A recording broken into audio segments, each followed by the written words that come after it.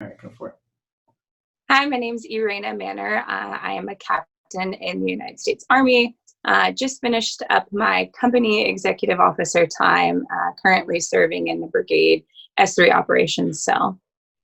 So my expectations prior to going into the conference, one that maybe I wasn't going to get a lot of interviews, right, because of the current state of the economy with COVID, and then additionally with the amount of interviews and the caliber of the companies. So not to say I had extreme low expectations, but I kind of tailored my expectations due to the economy and the current state of the world.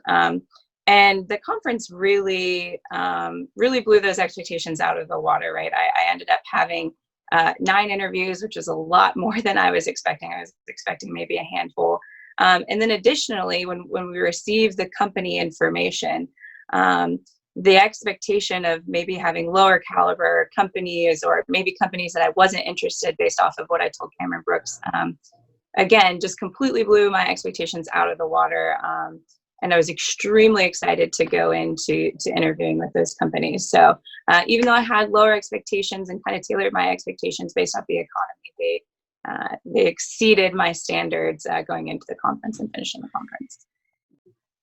So my interest for interviewing with companies, the main interest was sales. And then in addition to sales was team management, and those are really relative to what I received through Cameron Brooks for the conference. So about 70% of my interviews were sales, and then everything else was team management or overall management for the conference.